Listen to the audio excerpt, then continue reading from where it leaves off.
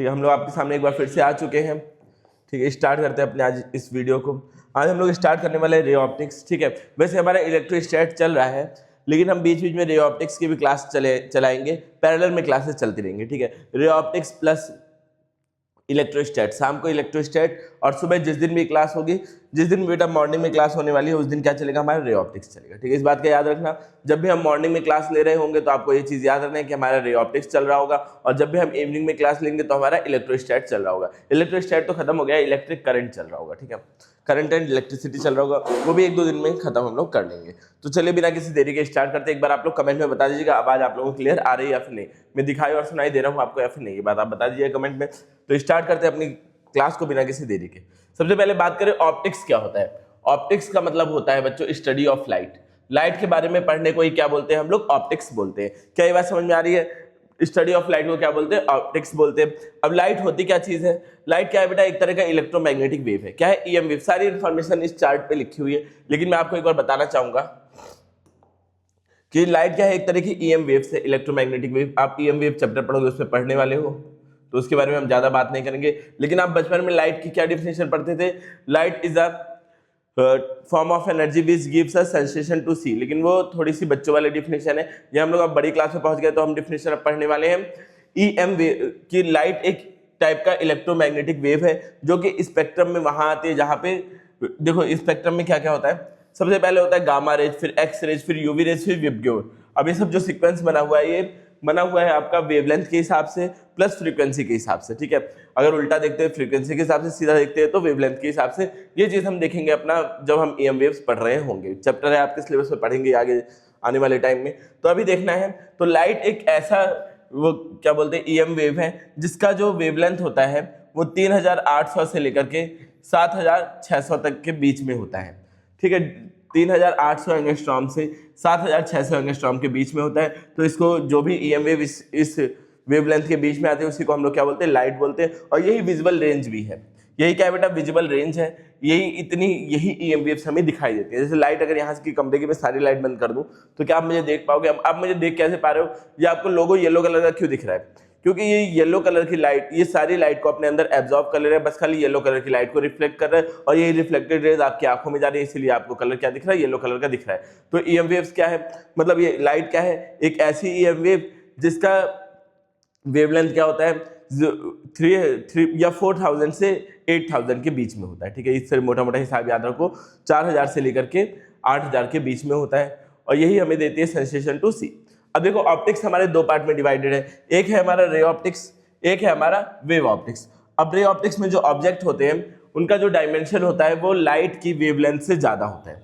जिस भी हम ऑब्जेक्ट की बात करेंगे, जिस भी इंस्ट्रूमेंट की बात करेंगे, या जिस भी हम पार्टिकल की बात करेंगे, जिस भी ऑब्जेक्ट पे हम बात कर रहे होंगे, जो उसका डायमेंशन होगा वो हमेशा ग्रेटर देन क्या होगा बेटा, greater than wavelength of light से ज्यादा होगा। हमेशा वो उसका साइज क्या होने वाला है, वेवलेंथ से, लाइट की वेवलेंथ से ज्यादा होने वाला है। लेकिन अगर हम वेव ऑप्टिक्स की बात करेंगे तो वो या तो क्या होता है, वेवलेंथ के कंपेरिजेबल होता है, मतलब हम कंपेयर कर सकते हैं। फॉर एग्जांपल, मैं अपने आप को अर्थ से कंपेयर नहीं कर सकता हूं, लेकिन मैं अपने आप को इस रिमोट से कंपेयर कर सकता हूं, अपने साइज को इस रिमोट से कंपेयर कर सकता हूं, लेकिन अपने आप को अर्थ से कंपेयर करना बड़ा मुश्किल है। तो इसीलिए हम जो भी वेव ऑप्टिक्स में पढ़ते हैं उसमें जो ऑब्जेक्ट्स होते हैं जिनकी भी बात करते हैं, जैसे यंग डबल स्लिट या सिंगल स्लिट की बात करते हैं, बहुत छोटे छोटे ऑब्जेक्ट होते हैं, लगभग क्या होते हैं, लाइट के वेवलेंथ के आसपास होते हैं। लेकिन रे ऑप्टिक्स में हम किसकी बात करते हैं, मिरर, लेंस, प्रिज्म, टेलीस्कोप, इन सब की बात करते हैं।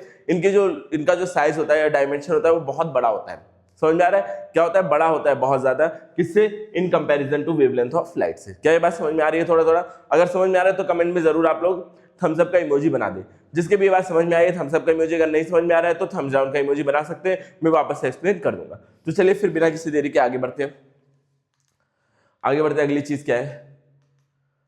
अगली चीज है हमारे पास लॉ ऑफ रिफ्लेक्शन। पहले हम लोग बात करते हैं रे के बारे में। जैसे ऑप्टिक्स हमने पढ़ लिया, अब रे क्या होता है? रे होता है कि जो लाइट होती है वो हमेशा स्ट्रेट लाइन पे ट्रेवल करती है। क्या होता है बेटा? लाइट हमेशा स्ट्रेट लाइन पे ट्रेवल करती है, और इसी स्ट्रेट लाइन,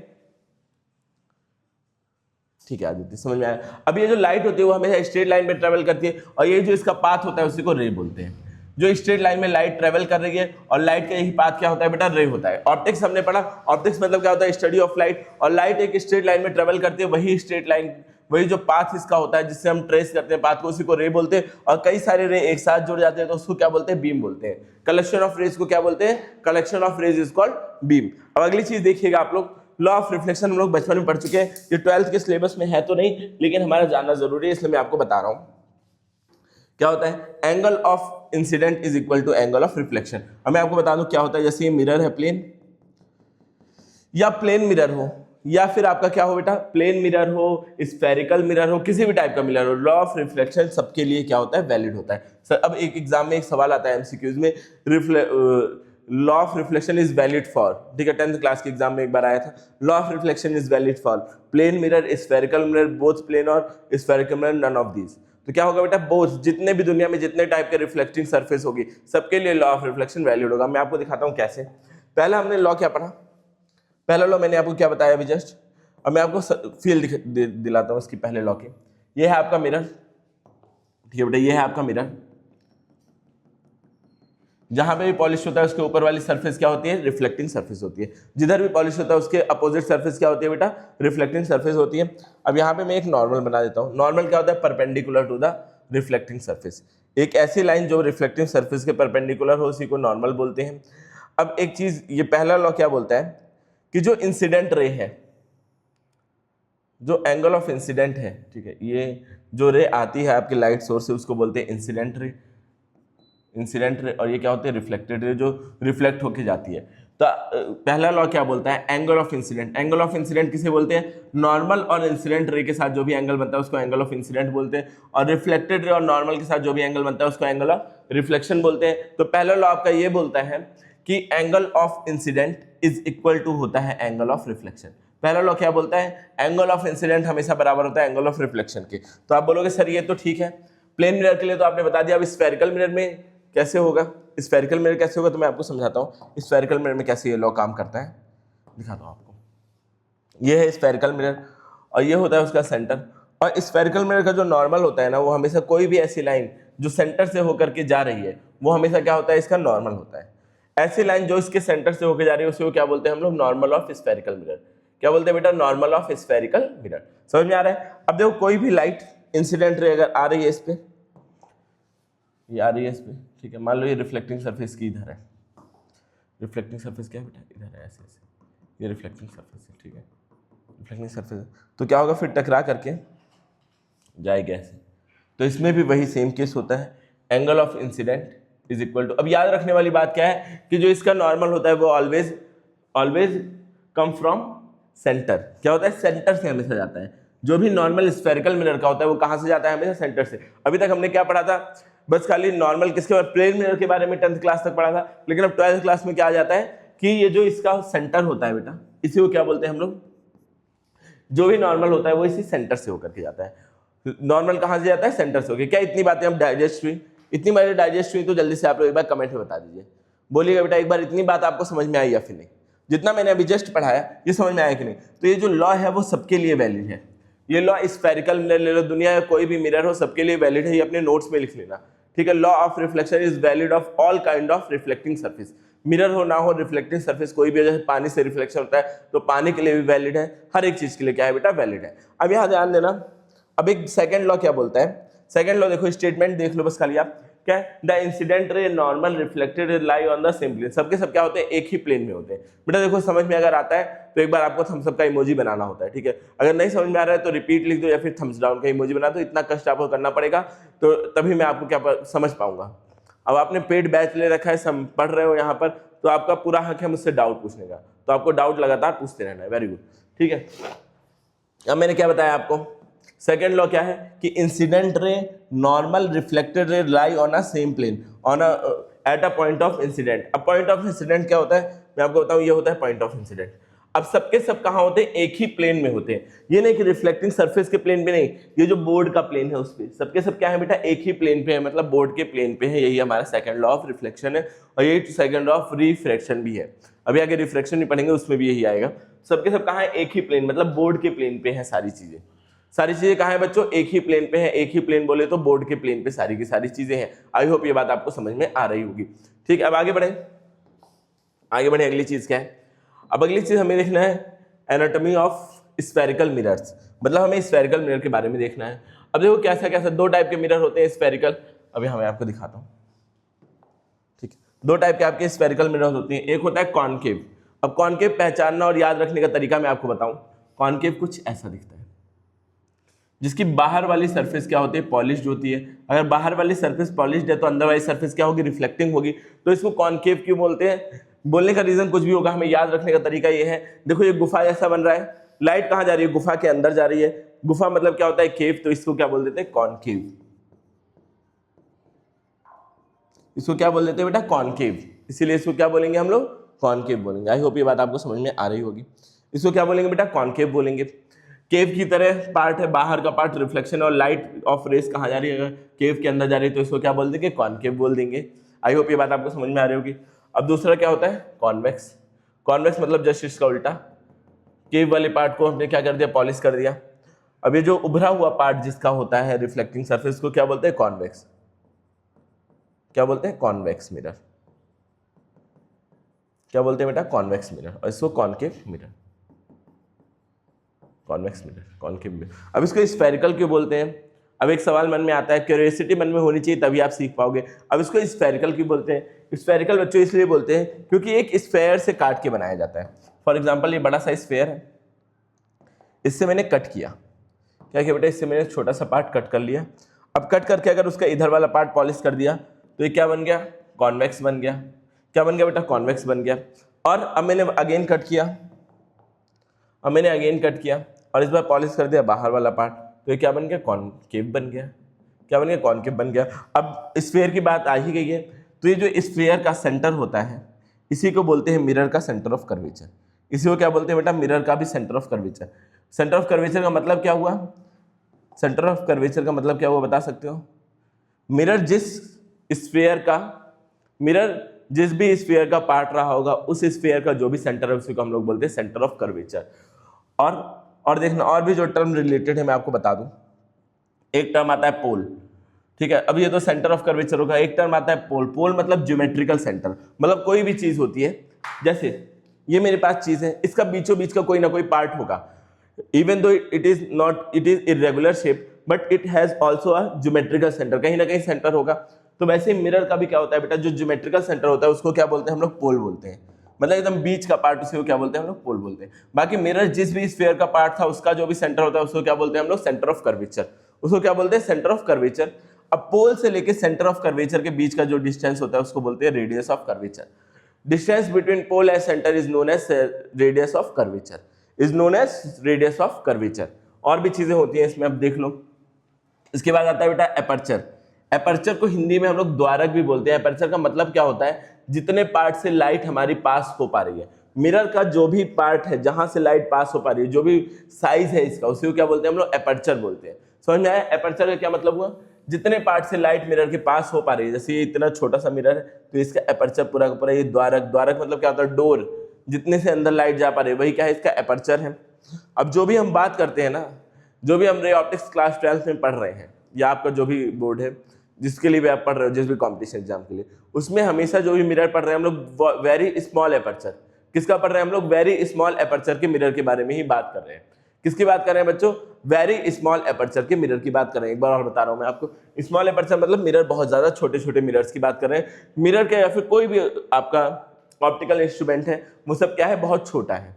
जिस भी हम ऑप्टिकल इंस्ट्रूमेंट के बारे में पढ़ रहे हैं वो सबके सब ऑप्टिकल इंस्ट्रूमेंट का जो भी एपर्चर है वो बहुत ज्यादा छोटा रहेगा। ये बात आप लोग याद रखिएगा, ठीक है। अब आगे बढ़ते हैं।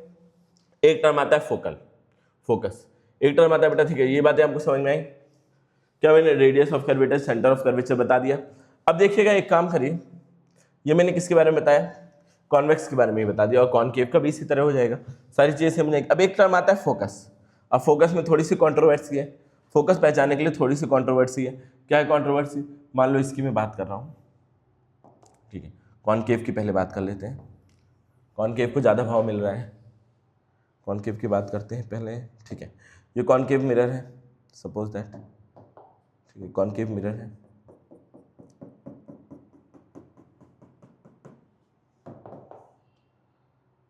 अच्छा, ये भी एक चीज़ और मैं बताना भूल गया। ये जो लाइन होती है पोल को और सेंटर ऑफ कर्वेचर को मिलाती है, इसको हम लोग बोलते हैं प्रिंसिपल एक्सिस। क्या बोलते हैं बेटा? Principal axis. Radius of centre of curvature को मिलाने वाली लाइन को क्या बोलते हैं? Principal axis. अच्छा ये अब एक टर्म और बता दूं, फिर आप लोगों के डाउट लेता हूं मैं, एक टर्म और बता दूं फोकस के बारे में। अब देखिएगा, ये जो लाइन है ये तो मैंने बना दिया प्रिंसिपल एक्सिस, ये क्या हो गया? पोल हो गया। यहां पर क्या होना चाहिए? इसका सेंटर ऑफ कर्वेचर होना चाहिए। अब ऐसी लाइन, ऐसी रे ऑफ लाइट जो प्रिंसिपल एक्सिस के पैरेलल आए, वो जहां से भी होकर के जाएगी, वो जो पॉइंट होगा वो क्या होगा? फोकस होगा। जहां से भी होके जाएगी। अभी एक कंडीशन भी है इसमें, घबराना मत। वो जहां से भी होकर के जाएगी, वो जो पॉइंट होगा वो क्या होगा बेटा? फोकस होगा। अब लेकिन कंडीशन क्या है? ये जो पैरेलल रे है वो पैरा एक्सियल होनी चाहिए। पैरा एक्सियल मतलब एक्सिस के बहुत करीब होनी चाहिए। क्या होनी चाहिए? ये प्रिंसिपल एक्सिस के बहुत करीब होनी चाहिए। बहुत दूर से जा रही है तब नहीं माना जाएगा, लेकिन अगर ये प्रिंसिपल एक्सिस के बहुत करीब है तब इस रे को क्या बोलते हैं हम लोग? पैरा एक्सियल रे बोलते हैं। क्या बोलते हैं बेटा? Para axial. और ये चीज जो मैं फोकस की डिफिनेशन बता रहा हूं वो कब वैलिड है? जब रे क्या होगी? पैरा एक्सियल, मतलब कि एक्सिस के बहुत ज्यादा करीब होगी, तभी जाके ये चीज वैलिड होगी। अगर बहुत ऊपर है, बहुत ज्यादा ऊपर है रे, तो वो फोकस से होकर के नहीं जाएगी। मैं पहले ही बता दे रहा हूं। ये वैलिड कब होगा? जब रेस कैसी होंगी? पैरा एक्सियल होंगी। पैरा एक्सियल का मतलब एक्सिस के बहुत करीब जा रहा होगा। तो फोकस की डिफिनेशन क्या है? When a incident ray is parallel to principal axis, जब वो पैरेलल होते हैं प्रिंसिपल एक्सिस, तो रिफ्लेक्शन के बाद जहां से होकर के जाती है उसी पॉइंट को हम लोग क्या बोल देते हैं? फोकस बोल देते हैं। उसी पॉइंट को क्या बोल देते हैं? फोकस बोल देते हैं। और प्रिंसिपल से लेके जो भी फोकस का डिस्टेंस होता है उसको हम लोग फोकल लेंथ बोलते हैं। अभी फोकल लेंथ का डेरिवेशन भी आज की ही क्लास में हमें देखना है। तो दोनों के बीच का जो भी डिस्टेंस होता है उसको क्या बोल देते हैं हम लोग? फोकल लेंथ बोल देते हैं। क्या समझ में आया? रेस कैसी होनी चाहिए? पैरा एक्सियल होनी चाहिए।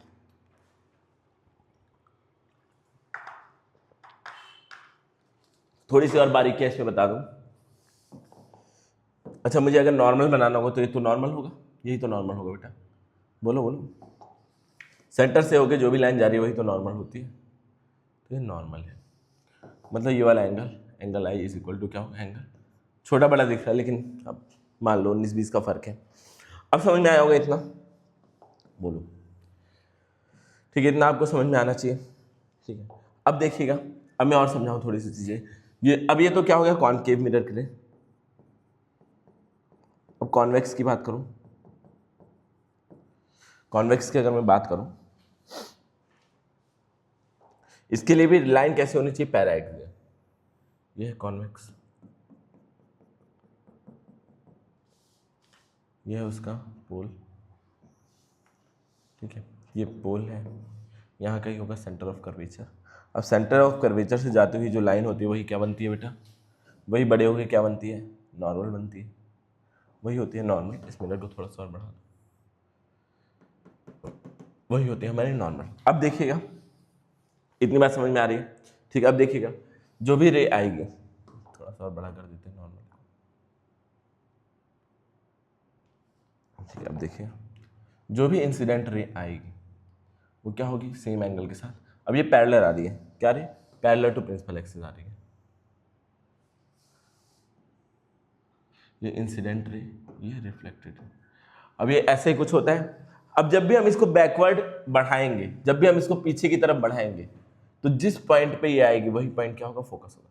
जब भी हम इसको पीछे की तरफ बढ़ाएंगे, कॉनकेव में तो क्या था?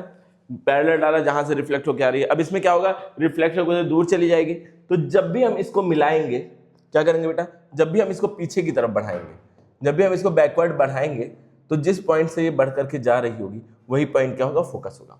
तो इसमें तो क्या होता है? रियल फोकस होता है, लेकिन इसका फोकस कैसा होता है? वर्चुअल। क्या रियल में कोई भी रे ऑफ लाइट जा रही है? क्या रियल में कोई भी रे ऑफ लाइट जा रही है? नहीं जाएगी। क्यों नहीं जाएगी? क्योंकि ये डाइवर्ज कर देता है ना। ये देखो, रे ऑफ लाइट दूर जा रही थी, इसको चिपका दिया, लेकिन रे ऑफ लाइट ऐसे जा रही थी, इसको और फैला दिया। इसीलिए इसको कन्वर्जिंग मिरर बोलते हैं, और इसको क्या बोलते हैं बेटा? डाइवर्जिंग मिरर बोलते हैं। इसीलिए इसको कन्वर्जिंग और इसको डाइवर्जिंग मिरर बोलते हैं। समझ में आया कि नहीं? बोलो। अब देखो, इतना मैंने पढ़ा दिया, सारे टर्म मैंने समझा दिए। ठीक है, अभी हम लोग डेरिवेशन से पहले मैंने आपको सारे टर्म समझा दिया। अभी यहाँ पे आपको लिखे हुए भी दिख जाएंगे सारे टर्म। ठीक है, ये आपको फोकस की डिफिनेशन यहाँ लिखे, फोकस पॉइंट या फिर फोकल लेंथ। ठीक है, ये आपको डिफिनेशन में मिल जाएगी। अब बताओ, इतने में से कौन सा टर्म आपको नहीं समझ में आया? एक बार मैं स्क्रॉल करके आपको दिखा दे रहा हूँ, कौन सा टर्म मुझे रिपीट करना है ये बता दो, या फिर अगर सब समझ में आ गया तो आप थम्स अप कर सकते हैं, और कोई पार्ट अगर मुझे रिपीट करना है तो आप बताओ। ठीक है, हमने क्या पढ़ा अभी तक? फोकल पॉइंट पढ़ा या फोकल लेंथ पढ़ा। उसके बाद हमने क्या पढ़ा बेटा? उसके बाद ये सारे टर्म पढ़ा, pole, centre of curvature, radius of curvature और प्रिंसिपल एक्सिस पढ़ा। उसके बाद कॉन्वेक्स कॉनकेव मिरर के बारे में पढ़ा।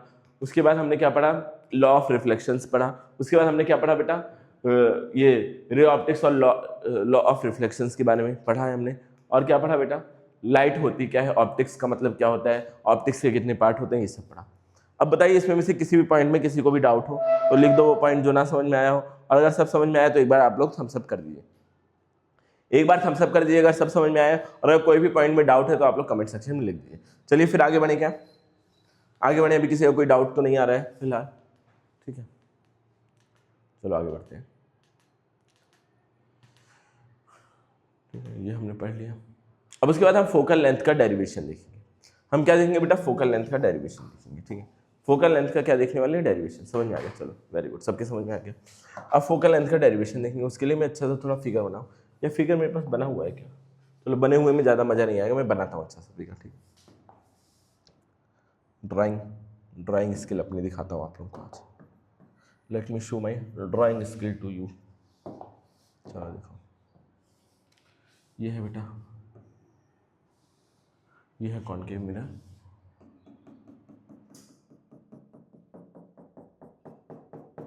ठीक है। ये है हमारी प्रिंसिपल एक्सिस, ये हो गया हमारा पोल, ये पॉइंट हो गया हमारा सेंटर ऑफ कर्वेचर, ये पॉइंट हो गया हमारा क्या बेटा, सेंटर ऑफ कर्वेचर, ठीक है। ये पॉइंट हो गया हमारा सेंटर ऑफ कर्वेचर। अब यहीं कहीं आता है बीच में फोकस, यहीं कहीं आता है बीच में फोकस, और इस वाले पार्ट को क्या बोलते हैं हम लोग, पोल से लेके यहाँ तक का जो भी डिस्टेंस होता है उसको क्या बोलते हैं हम लोग, फोकल लेंथ, मतलब स्मॉल एफ बोलते हैं। क्या बोलते हैं, फोकल लेंथ मतलब स्मॉल एफ बोलते हैं, ठीक है। अब यहाँ देखना, अब ध्यान देने वाली बात क्या है, यहाँ पे एक मैं नॉर्मल बना देता हूँ, क्या बना देता हूँ बेटा, एक नॉर्मल बना देता हूँ, नॉर्मल, ठीक है। यहाँ से जाते हुए एक नॉर्मल बना देता हूँ, या थोड़ा सा इसको नीचे कर लूँ, क्या नीचे करने के चक्कर में खराब हो जाएगी। चलो ये हमारी क्या है, नॉर्मल है। अरे सेंटर ऑफ कर्वेचर से जो भी लाइन जाती है उसको नॉर्मल बोलते हैं, जाहिर सी बात है। अब देखिए ये इंसिडेंट रे कहाँ से है, प्रिंसिपल एक्सिस के पैरेलल है। क्या नोटिंग कर रहा है भाई, ठीक है। ये लाइन कहाँ से है, प्रिंसिपल एक्सिस के पैरेलल है।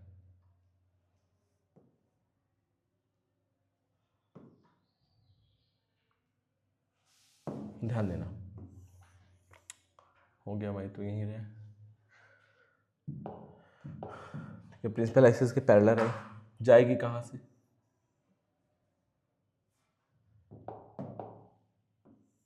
फोकस से होकर के जाएगी, पता ही है सबको ये चीज़, फोकस से होकर के जाएगी, ठीक है। ठीक है, अब थोड़ा सा एंगल गड़बड़ हो गया तो बर्दाश्त कर लेना उतना, ठीक है। ठीक है, अब आपको पता होना चाहिए, अगर इस एंगल को मैं थीटा लूँ तो ये भी एंगल क्या हो जाएगा, थीटा हो जाएगा। ये एंगल थीटा लूँ तो ये भी एंगल क्या हो जाएगा बेटा, थीटा हो जाएगा। और एक चीज़, अगर ये एंगल थीटा है तो ये भी एंगल क्या होगा, थीटा होगा। क्यों थीटा होगा, अरे जेड अल्टरनेट इंटीरियर एंगल बन रहा है कि नहीं, ये दोनों लाइन आपस में पैरेलल है, ये पैरेलल रेज और प्रिंसिपल एक्सिस आपस में पैरेलल है, तो ये थीटा तो ये भी क्या होगा, थीटा होगा। जब दो लाइन पैरेलल है ये चीज़ क्या होना चाहिए, थीटा होना चाहिए, होना चाहिए कि नहीं, बताओ, बोलो बोलो बोलो, समझ में आया कि नहीं, ये भी थीटा है तो ये भी क्या होगा बेटा, थीटा होगा। अरे बोलिए, अरे बोलिए सर, समझ में आया कि नहीं, ये बात समझ में आई। अब देखिएगा, अब देखिएगा, अब समझिएगा।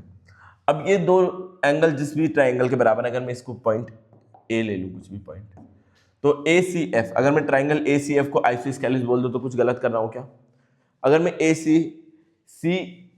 एफ को आइसोस्केलिस बोल दूँ तो कुछ गलती है क्या, इसमें कोई गड़बड़ नहीं है, क्योंकि दो एंगल, जिस भी ट्राइंगल के दो एंगल बराबर होते हैं तो वो ट्राइंगल क्या हो जाता है, आइसोस्केलिस हो जाता है। और आपने एक आइसोस्केलिस ट्राइंगल की प्रॉपर्टी पढ़ी होगी, अगर नहीं भी पढ़ी है तो आप समझ लो कि अगर उससे मैं परपेंडिकुलर बनाता हूँ, ठीक है, तो जो भी लाइन होती है सामने उसको क्या करता है, इक्वल पार्ट में बांटता है। अगर मैं परपेंडिकुलर बना रहा हूँ तो जो भी लाइन आएगी उसको क्या करेगा बेटा, इक्वल पार्ट में बांटेगा, क्या करेगा, इक्वल पार्ट में डिस्ट्रीब्यूट करेगा। मैं इस आपको फिगर को थोड़ा सा दिखाऊं, अगर मैं इस फिगर को आपको दिखाना चाहूँ थोड़ा सा, ठीक है, ये एंगल थीटा था, ये भी एंगल क्या था बेटा, थीटा था। अब मैं इस वाली लाइन से अगर परपेंडिकुलर बनाता हूँ तो ये दोनों साइड क्या हो जाएंगे, बराबर हो जाएंगे। अब इस ट्रायंगल का नाम क्या था, यहाँ ऊपर वाला एफ था, ये क्या था बेटा, सी था, और ये क्या था, ए था, ठीक है, ए सी है।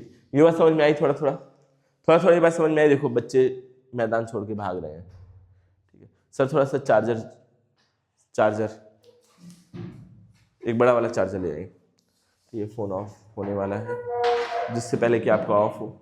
चलो तब तक बताओ, जब तक मैं चार्ज पे लगा रहा हूँ, बोलो जल्दी से तब तक। क्या क्लियर हो गया, क्या ये चीज़ क्लियर हो गई?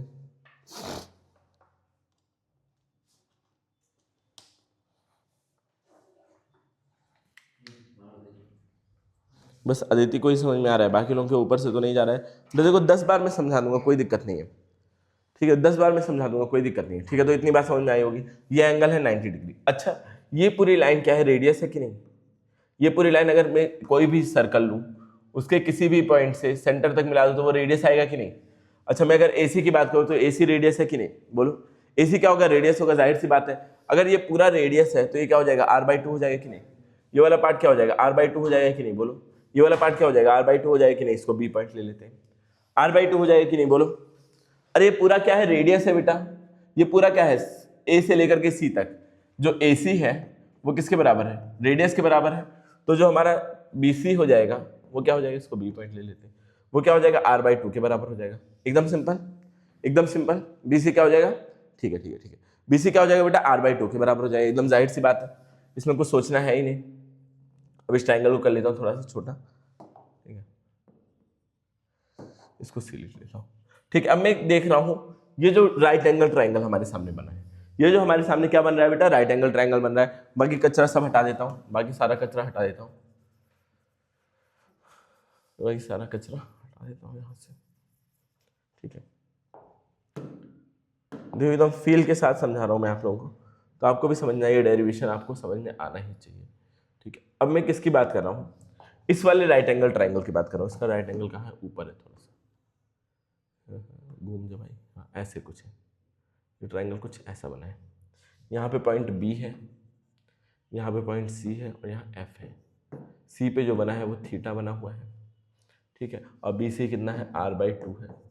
और इस वाले पॉइंट को थोड़ी देर के लिए x मान लेते हैं, इस वाले को क्या मान लेते हैं बेटा, x मान लेते हैं। तो ये पॉइंट क्या है, x है, CF क्या है, x है, और ये क्या दिया हुआ है, और कुछ नहीं दिया हुआ है, बस इतना दे रखा है।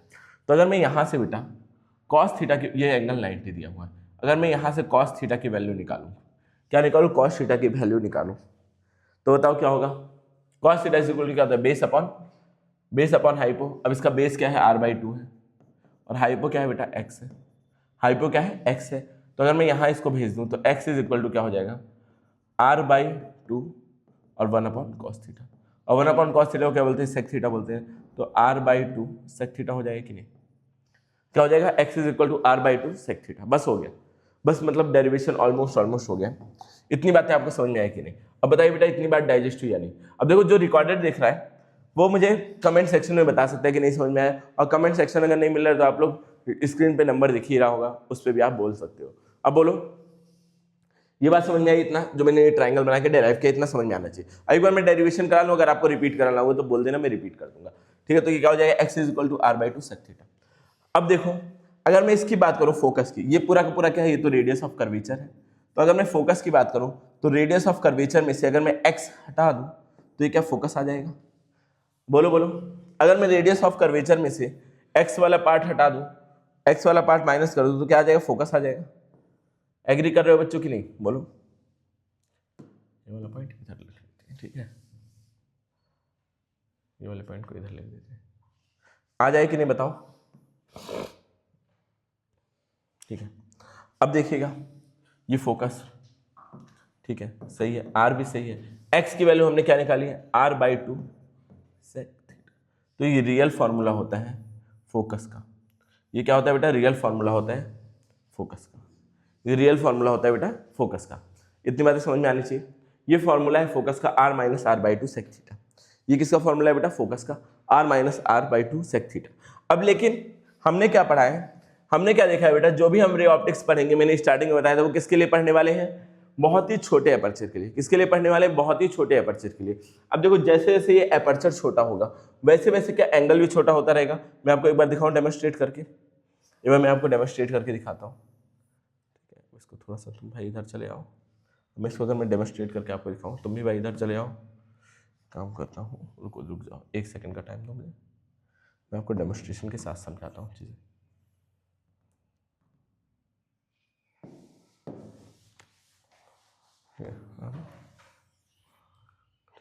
देखो अब जैसे जैसे मैं क्या करूँगा, इसको छोटा करता रहूँगा, देखना ये एंगल भी छोटा होता रहेगा। क्या एंगल छोटा होता जा रहा है? दिख रहा है एंगल छोटा होता हुआ? बोलो दिख रहा है सबको एंगल छोटा होता हुआ तो दिख रहा होगा एंगल। ये देखो एंगल मतलब ये दोनों के बीच का ना, छोटा होता हुआ दिख रहा है सबको। जैसे जैसे मैं क्या कर रहा हूँ, एपर्चर छोटा करता जा रहा हूँ, मिरर का साइज कम करता जा रहा हूँ, वैसे वैसे एंगल क्या हो रहा है बेटा, छोटा होता जा रहा है। तो एंगल समझे कि नहीं? क्या सबको ये चीज़ विजुअलाइज हुआ? क्या सबको ये चीज़ दिखा कि जैसे जैसे मैं मिरर को छोटा कर रहा हूँ, एंगल भी क्या हो रहा है, छोटा होता जा रहा है? बोलिए बोलिए, जल्दी से बोलिए, क्या ये चीज़ सबको दिखी कि जैसे जैसे मैं साइज छोटा करता जा रहा हूँ, एंगल भी क्या हो जा रहा है, छोटा होता जा रहा है? ठीक है, अब देखो जब एंगल छोटा होता जा रहा है, जब थीटा क्या होता है बेटा, बहुत बहुत छोटा होता है, तो जो कॉस थीटा होता है वो 1 के बराबर होता है, बेसिक मैथ। जब कॉस थीटा 1 के बराबर होगा तो सेक थीटा भी क्या होगा बेटा, 1 के बराबर होगा। जब एंगल बहुत छोटा होता है तो कॉस थीटा क्या होता है, 1 के बराबर होता है, और जब कॉस थीटा 1 के बराबर होगा तो सेक थीटा भी क्या होगा बेटा, 1 के बराबर ही होगा। अब देखिएगा, अगर मैं यहाँ पे वैल्यू रख दूँ 1, ठीक है, अगर मैं सेक थीटा की वैल्यू इस इक्वेशन में 1 रख दूँ तो क्या हो जाएगा, यहाँ पे 1 हो जाएगा, तो r में से r/2 जाएगा तो क्या बचेगा, r/2। यही हम लोग बचपन से पढ़ते आ रहे थे, फोकस इज इक्वल टू क्या होता है, r/2। Focus is equal to क्या होता है, r/2। ये हम लोग बचपन से पढ़ते आ रहे थे, यहीं से आया है। ठीक है, 90% टाइम यही यूज़ होगा, 90% टाइम हम यही फॉर्मूला यूज़ करेंगे, लेकिन कभी कभार आपके कॉम्पिटिशन एग्जाम में आ सकता है इस फॉर्मूले पे भी सवाल। ठीक है, इस फॉर्मूले पे भी सवाल, तो आपको दोनों चीज़ें याद रखनी है। ठीक है, दोनों चीज़ याद रखनी है। अब बताओ कितने लोग चाहते हैं इस डेरिवेशन को रिपीट करूं? जिनके समझ में आया वो थम्स अप, और जो चाहते हैं रिपीट करूं वो लिख दो रिपीट कमेंट में। जो चाहते हैं रिपीट करूं वो लोग लिख दो रिपीट, और जिनके समझ में आ गया वो लोग थम्स अप कर दो। ठीक है, जिनके समझ में आ गया वो थम्स अप, और जो चाहते हैं रिपीट करवाना वो रिपीट लिख दो, मैं रिपीट कर दूंगा, मैं रिपीट कर दूंगा। 2 टॉपिक और बचे हैं। ठीक है, बोलो जल्दी से, मैं आप लोगों को दूंगा 30 सेकंड का टाइम, जल्दी से बोल दो, जल्दी से बोल दो बच्चों। रिपीट और समझ में आ गया, बोलो रिपीट और समझ में आ गया, बोलिए जल्दी सर। समझ में आ गया, ठीक है, सबके समझ में आ गया। चलो अब आगे बढ़ते हैं। अब हम बात करते हैं साइन कन्वेंशन के बारे में। किसके बारे में बात करते हैं, साइन कन्वेंशन। अब इसका पहला रूल क्या है साइन कन्वेंशन का? साइन कन्वेंशन का पहला रूल क्या है कि जो भी डिस्टेंस हम मेजर करेंगे, जैसे आपने कार्टेशियन प्लेन बचपन में पढ़ा होगा, तो जो भी डिस्टेंस हम मेजर करते थे वो ओरिजिन से मेजर करते थे। वैसे ही जो साइन कन्वेंशन हम मिरर की बात करते हैं, देखो सारे के सारे नोट्स आपको एकदम बढ़िया से मिलेंगे। मैं अभी क्लास खत्म होते ही ऐप पे ये नोट्स भी अपलोड कर दूंगा तुरंत। ठीक है, क्लास खत्म जैसे ही होगी मैं नोट्स भी आपके ऐप पे अपलोड कर दूंगा, तो नोट्स आपको सारे के सारे मिलेंगे। बस यहाँ पे समझ लो, मैं एक चीज़ लिखवाऊंगा नहीं, लिखने वाली चीज़ें आपको मिल जाएंगी, आप बाद में नोट्स बना लेना। लिखने में टाइम वेस्ट मत करना, साथ साथ में लिखोगे नोट्स भी गड़बड़ हो जाएंगे। बाकी आपकी मर्जी, आप चाहो तो लिख भी सकते हो साथ साथ। ये क्या होता है, पोल। तो सारे डिस्टेंस हम कहाँ से मेजर करते हैं? जैसे हम कार्टेशियन प्लेन में किससे मेजर करते थे, हम ओरिजिन से, वैसे इसमें कहाँ से मेजर करते हैं, पोल से। और जब भी जैसे लाइट इधर आ रही है, लाइट क्या आ रही है बेटा, इधर आ रही है, तो जिस तरफ लाइट जा रही है, जिस तरफ क्या हो रहा है बेटा, लाइट जा रही है, उस तरफ सारी चीजें पॉजिटिव। जिस तरफ लाइट जा रही है, पोल से किधर जा रही है लाइट, राइट हैंड साइड पे, तो राइट हैंड साइड पे सारी चीजें पॉजिटिव।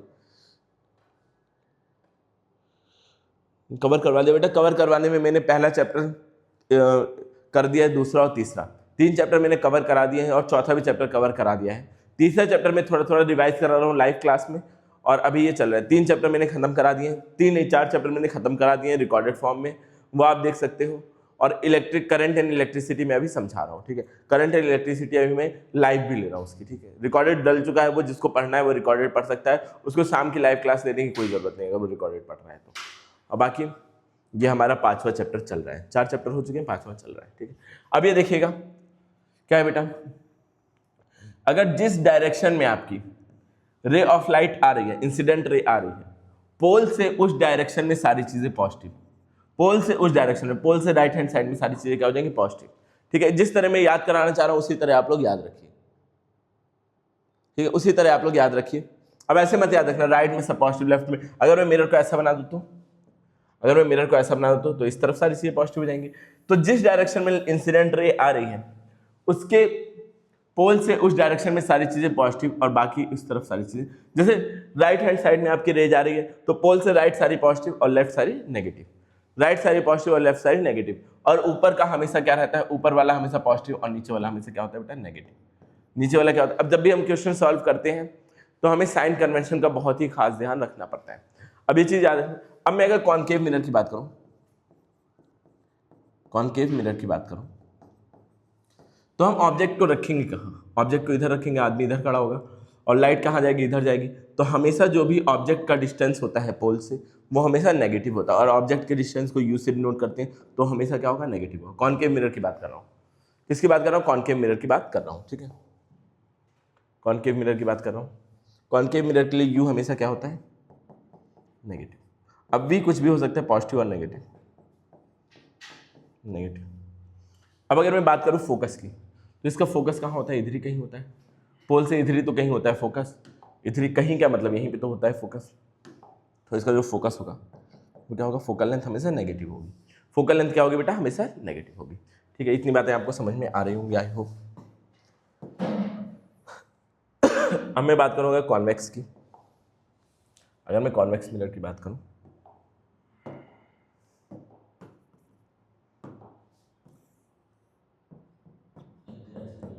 देखो अगर मैं कॉन्वेक्स की बात कर रहा हूँ, देखिए ये है हमारा पोल, ये है हमारा पोल, ठीक है, ये हमारा पोल हो गया। यहाँ पर आ गया आपका सेंटर ऑफ कर्वेचर, ठीक है। अब यहाँ देखिएगा लाइट की रे इधर आएगी तो इस तरफ सारी चीज़ें नेगेटिव और इधर सारी चीज़ें क्या होंगी, पॉजिटिव। अब यहाँ कहीं फोकस होगा तो इसका फोकस जो हो रहा है वो लाइट के डायरेक्शन में ही है, तो फोकस इसका क्या होगा बेटा, पॉजिटिव होगा। अब यू क्या होगा, ऑब्जेक्ट तो इधर ही रखेंगे ना, तो यू हमेशा क्या होगा, नेगेटिव होगा। अब वी जो इसका इमेज बनती है ना वो भी इसी तरफ बनती है, तो इसका वी क्या होता है, हमेशा पॉजिटिव होता है। इसका वी हमेशा क्या होता है बेटा, पॉजिटिव होता है। आपने पढ़ा होगा रे ऑप्टिक्स, रे डायग्राम बनाना सीखा होगा अपनी क्लास में, 10th क्लास में। अगर नहीं सीखा तो भी याद रखो कि कॉन्वेक्स मिरर के लिए यू तो हमेशा, यू दोनों के लिए नेगेटिव होता है, एफ इसका पॉजिटिव इसका नेगेटिव, वी इसका कुछ भी हो सकता है लेकिन वी इसका हमेशा क्या होता है, पॉजिटिव। इसकी इमेज हमेशा उधर ही बनेगी, हर एक सूरत में इमेज कहाँ बनेगी, उधर ही बनेगी। क्या इतनी बातें आपको समझ में आई, साइन कन्वेंशन। देखो और कुछ बच रहा है क्या, साइन कन्वेंशन देख लो। All distance are measured from pole, सारी डिस्टेंस पोल से लेना है। The distance of incident ray is taken as positive and any distance measured along the incident ray is positive and opposite to it negative. उसके opposite है तो negative. सारी चीजें notes के फॉर्म में मिल जाएगी। Height above the principal axis is positive और बिलो द प्रिंसिपल एक्सिस क्या होगा, ऊपर की तरफ पॉजिटिव, नीचे की तरफ नेगेटिव। देखो ये चीजें आपको पूरा का पूरा एकदम मतलब 3D फिगर आपको मिल रहा है, ठीक है, बढ़िया कंसेप्ट आपको मिल रहा है एकदम 3D फिगर में। अब एक हमारा लास्ट टॉपिक है आज का, फोकल प्लेन, ठीक है। आज का लास्ट टॉपिक क्या है, फोकल प्लेन। और रूल भी बता दूंगा, वो दो चीज़ें आप बता देता हूँ मैं। एक तो इमेज फॉर्मेशन के रूल्स, ठीक है, इमेज फॉर्मेशन के रूल। इमेज फॉर्मेशन आपके सिलेबस में नहीं है लेकिन रूल आपका सिलेबस में है, तो रूल देख लेना। और क्या चीज़ है, रूल भी वैसे सिलेबस में कोई खास नहीं है लेकिन क्वेश्चन सॉल्व करने के लिए बहुत काम आते हैं, वो चीज़ याद कर लेना। और एक चीज़ क्या है, फोकल प्लेन क्या चीज़ होती है। फोकल प्लेन क्या चीज़ होती है, जब भी कोई दो पैरेलल लाइंस, चाहे वो प्रिंसिपल एक्सिस के पैरेलल हो या फिर ना हो, कोई भी दो पैरेलल लाइन आ रही है, पैरेलल लाइन नहीं मतलब पैरेलल रेस, ठीक है। फोकल प्लेन क्या होता है, कोई भी दो पैरेलल लाइन, कोई भी दो मतलब जो प्रिंसिपल एक्सिस के पैरेलल ना हो, अपना दो पैरेलल लाइन आ रही है, ठीक है, जो वो रिफ्लेक्शन के बाद जिस पॉइंट से जाएंगी वो पॉइंट जिस प्लेन में होगा, रिफ्लेक्शन के बाद जिस पॉइंट से मिलेंगी वो पॉइंट जिस प्लेन में होगा, वो पूरा का पूरा प्लेन, वो पूरा का पूरा प्लेन क्या होता है बेटा, जैसे इस प्लेन में है ये पूरा, तो ये पूरा का पूरा प्लेन क्या होगा, फोकल प्लेन होगा। जिस प्लेन पे आकर के, जैसे यहाँ से आए दो लाइन पैरेलल आई, अब यहाँ पर आकर के मिली, दोनों लाइन यहाँ के मिली, तो ये जो पूरा का पूरा प्लेन है इसी को क्या बोलते हैं, फोकल प्लेन। और मजे की बात ये है, जो फोकल लेंथ होता है ना, जो फोकस होता है वो इसी प्लेन पे होता है। फोकस भी क्या होता है बेटा, इसी प्लेन पे होता है। क्या ये बात डाइजेस्ट हुई?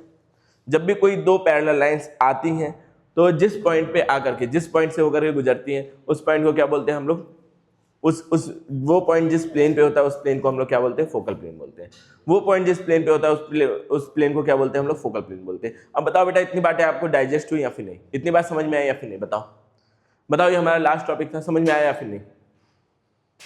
अरे बोल दो, अभी तक मैंने जितना आपको पढ़ाया, क्या उतनी बातें आपको सबको समझ में आई हैं या फिर नहीं? बोलिए बोलिए जल्दी से, इतनी बातें समझ में आई? ठीक है, शाम को भी आपकी फिजिक्स की क्लास रहेगी, तो शाम को भी सबको ज्वाइन करना है। सबको समझ में आ गया तो एक बार 5 लोगों का थम्स अप आना चाहिए।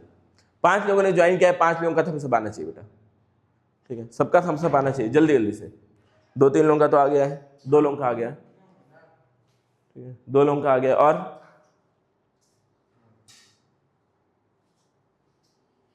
2 लोगों का आ गया, और बाकी लोग नाम भी लेना पड़ेगा क्या? ठीक है, चलो जल्दी जल्दी ज्वाइन कर लो। ठीक है बेटा, 3 लोगों का आ गया, 1 लोग और। चलो ठीक है बच्चों, मिलते हैं नेक्स्ट क्लास में। ठीक है, तब तक ये सब चीज़ें रिवाइज करके रखिएगा आप लोग। मैं आप लोगों के इसमें भेज दे रहा हूँ।